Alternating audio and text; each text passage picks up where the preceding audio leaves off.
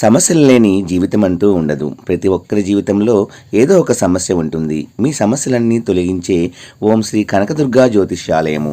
విద్య, ఉద్యోగం, ఆర్థిక, కుటుంబ సమస్యలు, ప్రేమ, పెళ్లి సమస్యలు, వ్యాపార సమస్యలు, ఇలా ఏ సమస్యకైనా పరిష్కారం చెప్పబడును. అలాగే స్త్రీ పురుష వశీకరణము ప్రత్యేకంగా చేయబడును. Phone number 6302400814. మరియు ఏ ఇతర సమస్యలకైనా సరే శక్తి పూజలు చేసి పరిష్కారము అనేది చూపబడును. యంత్రాలు కూడా ఇవ్వబడును. మీరు ఎక్కడెక్కడో జ్యోతిష్యం చెప్పించుకొని నిరాశ చెంది ఉన్నారా? అయితే ఒక్కసారి ఈ గురువు గారికి కాల్ చేయండి. Phone number 6302400814. జై వారాహి మాత. Welcome to my channel. ఈరోజు మహాశివరాత్రి వ్రతమహత్యము. శివుడు చెప్పిన కథ విందామండి. మహాశివరాత్రి పర్వదినాన్ని నిష్ఠతో ఓ వ్రతంలా చేసుకోవటము పురాణ కాలం నుండి కూడా వస్తుంది. ఈ వ్రతం చేసేవారి చింతన నిరంతరం శివుడు ఉంటూ చింతలు తీరుస్తాడు. ఇదే వ్రతాన్ని నిష్కామ దృష్టితో చేస్తే వారికి ముక్తి లభిస్తుంది. కేవలం మహాశివరాత్రి నాడే కాక ఈ వ్రతాన్ని సంవత్సరంలో ప్రతి మాస శివరాత్రి నాడు చేసి ఆ తర్వాత ఉద్వాసన విధిని ఆచరించిన వారికి అనంత పుణ్యఫలం లభిస్తుంది. భక్తి, ముక్తి సొంతమవుతాయి. ఇంతటి పుణ్యఫలప్రదమైన ఈ వ్రతాన్ని గురించి చెప్పింది ఎవరో కాదు, సాక్షాత్తు ఆ శివుడే. ఓసారి బ్రహ్మ, విష్ణువు, పార్వతి నేరుగా శివుడిని ఏ వ్రతం చేస్తే మానవులకు శివుడు భక్తిని, ముక్తిని కలిగించడం జరుగుతుందని ప్రశ్నించారు. అప్పుడు ఆ పరమేశ్వరుడు చేసిన వారికే కాక చూసిన వారికి, విన్నవారికి కూడా పాప విముక్తిని కలిగించే శివరాత్రి వ్రతాన్ని గురించి, దాన్ని ఆచరించాల్సిన పద్ధతి గురించి తెలియజెప్పాడు. భక్తిని, ముక్తిని మానవులకు కలిగించే శివ సంబంధ వ్రతాలు చాలా ఉన్నాయి. జాబాల శృతిలో ఋషులు 10 శైవ వ్రతాలను గురించి చెప్పారు. శివపూజ, రుద్రజపం, శివాలయంలో ఉపవాసం, వారణాసిలో మరణం అనే 4 సనాతనమైన ముక్తి మార్గాలు. అష్టమి తిథితో కూడిన సోమవారం, కృష్ణపక్షం నాటి చతుర్దశి శివుడికి ఎంతో ప్రీతికరం. ఇవన్నీ ఒక ఎత్తైతే శివరాత్రి వ్రతం అన్నిటికంటే గొప్పది. ఎలాగో ఒకలాగా మనిషి పట్టుపట్టి ఈ వ్రతాన్ని చేయడం మంచిది. ధర్మ సాధన అన్నింటిలో ఉత్తమమైనదని దీనికి పేరు. ఏ భేదము లేకుండా సర్వవర్ణాల వారు, అన్ని ఆశ్రమాల వారు, స్త్రీలు, పిల్లలు ఒకరేమిటి దీనిని ఎవరైనా చేసి మేలు అనేది పొందవచ్చు. మాఘమాసం కృష్ణపక్షంలో ఈ వ్రతం చేయటం శ్రేష్టము. రాత్రంతా ఈ వ్రతాన్ని చేయాలి. శివరాత్రి పూట ఉదయాన నిద్ర లేవగానే శివుడి మీదనే మనసును లగ్నం చేయాలి. శుభ్రంగా స్నానం చేశాక శివాలయానికి వెళ్ళి శివపూజన చేసి సంకల్పం చెప్పుకొని పూజా ద్రవ్యాలను సమకూర్చుకోవాలి.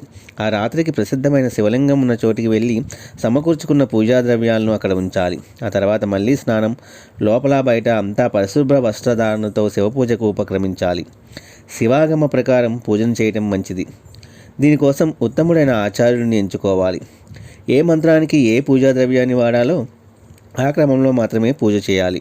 మంత్రం లేకుండా పూజించకూడదు. భక్తి భావంతో గీత వాద్య నృత్యాలతో ఇలా రాత్రి తొలిజాము పూజను పూర్తి చేయాలి. శివ మంత్రానుష్ఠానం ఉన్నవారు పార్థివలింగాన్ని పూజించాలి. ఆ తర్వాత వ్రతమహత్య కథను వినాలి. ఈ పూజ 4 జాముల్లోనూ ఆ రాత్రంతా చేయవలసి ఉంటుంది. వ్రతం అనంతరం యథాశక్తిగా పండితులకు, శివభక్తులకు, విశేషించి సన్యాసులకు భోజనాన్ని పెట్టి సత్కరించాలి. 4 జాముల్లో చేసే పూజ కొద్దిపాటి భేదంతో ఉంటుంది. తొలి జాములో పార్థివలింగాన్ని స్థాపించి పూజించాలి. ముందుగా పంచామృతాభిషేకం, ఆ తర్వాత జలధారతో అభిషేకం నిర్వహించాలి. చందనము, నూకలు లేని బియ్యం, నల్లని నువ్వులతో పూజ చేయాలి. ఎర్రగన్నేరు పద్మం లాంటి పుష్పాలతో అర్చించాలి.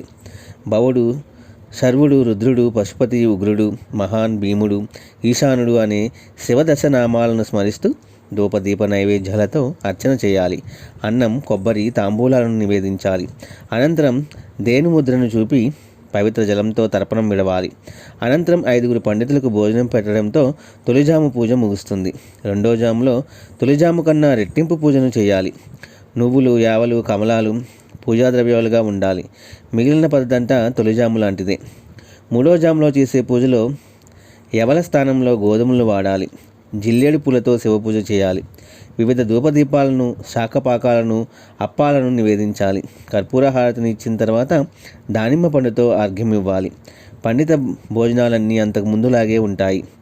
4వ జాములో పూజా ద్రవ్యాలుగా మినుములు, పెసలు లాంటి ధాన్యాలను, శంఖపుష్పాలకు మారేడు దళాలను వాడాలి.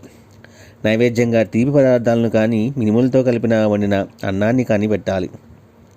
అరటిపండు లాంటి ఏదో ఒక ఉత్తమమైన పండుతో శివుడికి ఆర్ఘ్యము అనేది సమర్పించాలి. ఇలా భక్తిపూర్వకంగా 4 జాముల్లోనూ ఒక ఉత్సవంలాగా శివరాత్రి వ్రతాన్ని చేయవలసి ఉంటుంది.